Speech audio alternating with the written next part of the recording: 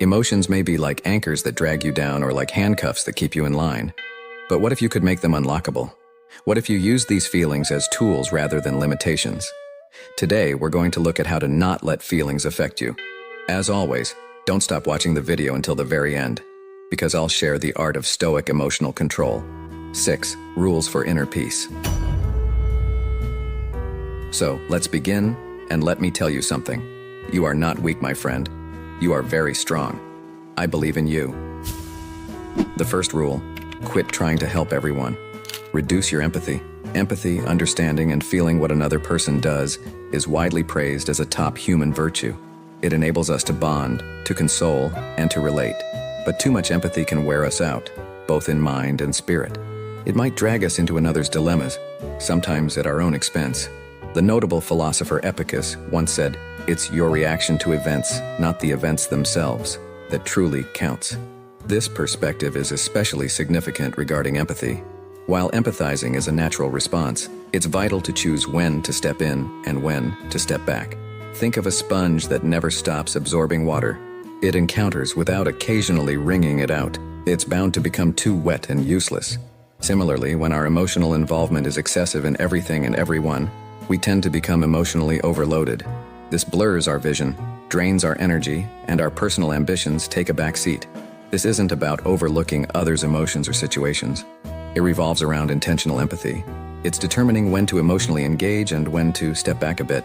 This way, you safeguard yourself from needless emotional distress and guarantee that when you opt to empathize, it's sincere, concentrated, and meaningful. On the path to emotional detachment, choosing when and where to empathize becomes invaluable. It helps you traverse life with lucidity, making certain your emotional vigor isn't expended on every transient sentiment or event. Let's check rule number 2. Avoid letting your passion for someone consume you. Love is a wonderful feeling. It ties us together and gives purpose to our existence. Yet, when it's too intense or one-sided, it can harm us. It might blur our thinking, expose our vulnerabilities, and even bring depression when not returned or taken away. Stoic philosophers who valued emotional balance often discuss the pitfalls of deep attachment.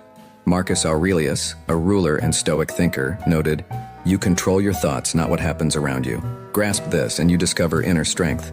He meant the power to love without becoming too engrossed. It's cherishing a bond, but not letting it consume your whole life. This lesson is even clearer in our private lives. Reflect on a moment when perhaps you cared for someone so deeply that their choices dictated your joy. The sentiment of feeling betrayed, the pain of lost love, or the setback from unfulfilled wishes can be tough to handle. Yet imagine if you could love as deeply but without the exposed risks. The secret is in realizing that love, similar to every emotion, comes and goes. While it lasts, treasure it, yet don't let it be the anchor that limits you. Think of it as the gust pushing your journey, advising but not dictating your route. Your path should be solely in your hands. By perfecting the skill of love without attachment, you defend your heart and fortify your soul.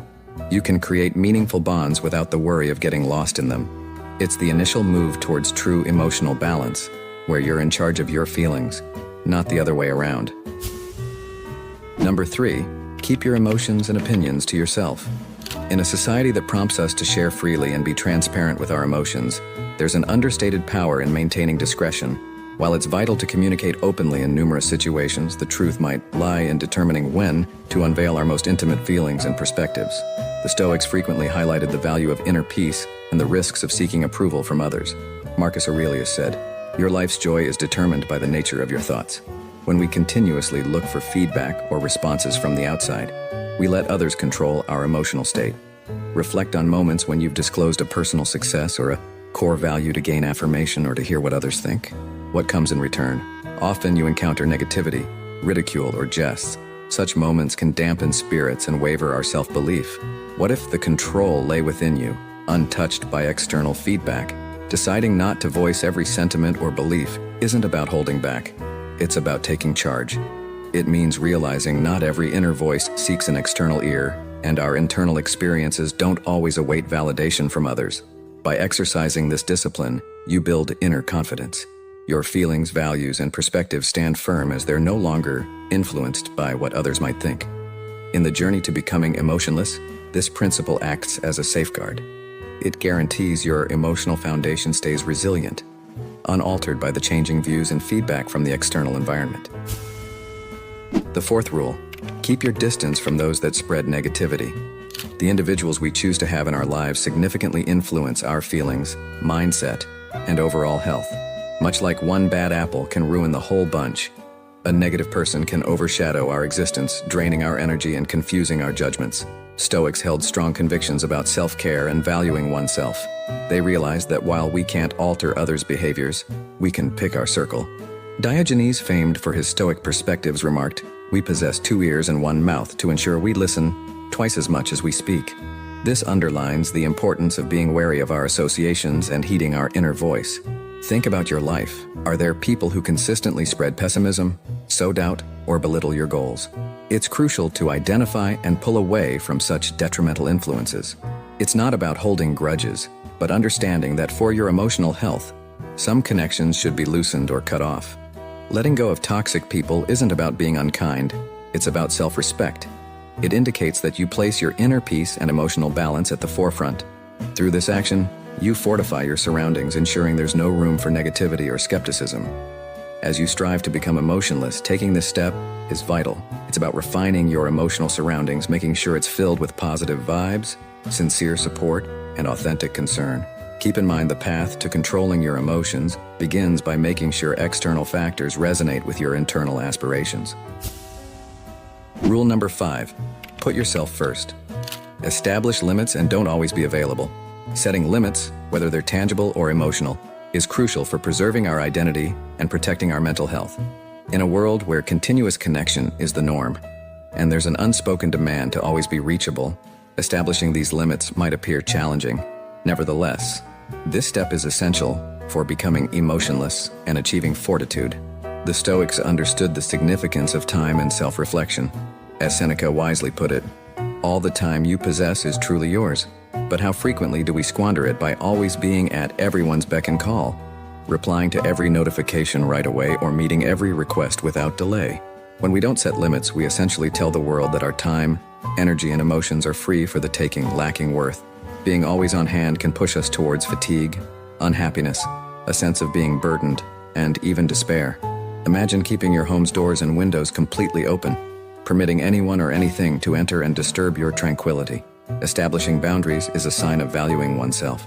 It signifies that you cherish your time, your emotional resources, and your inner calm. It's about confidently declining without feeling remorse, dedicating moments for personal reflection without explanation, and realizing that being selective in your availability doesn't diminish your concern for others.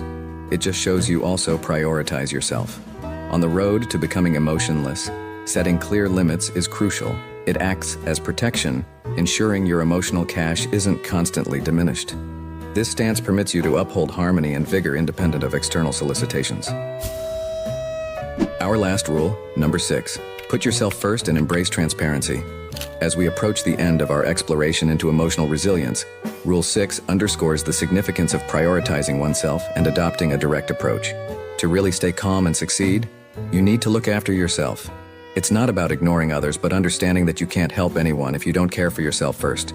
Think about when you're on a plane and they tell you to secure your oxygen mask first before helping others. In the same way, in life, you have to be emotionally strong and successful before you can truly help someone else.